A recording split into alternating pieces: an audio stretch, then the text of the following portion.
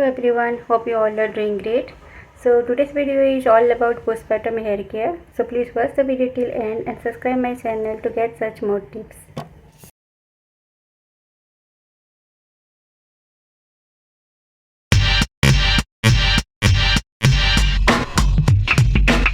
Hello mommies, do you want me to tell you about a natural product to restore your hair after postpartum? Then come with me. Here it is. It's flax seeds and it's loaded with full of nutrients. That's why I am going to show you how to prepare the mask.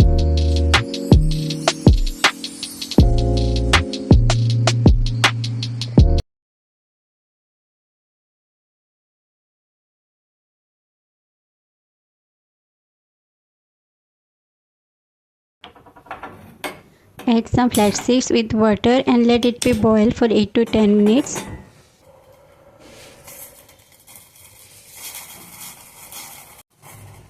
When it becomes slightly thick, then strain it with the help of a strainer and add little bit of coconut oil to get a smooth texture.